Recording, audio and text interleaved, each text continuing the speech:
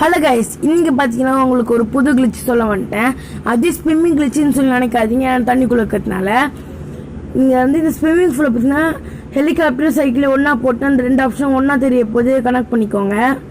அதுக்கப்புறம் நீங்கள் இறங்குனீங்கன்னா இந்த மாதிரி பூமிகளில் போய் அண்டர் வாட்டரில் போய் நீங்கள் நீச்சல் அடிப்பீங்க.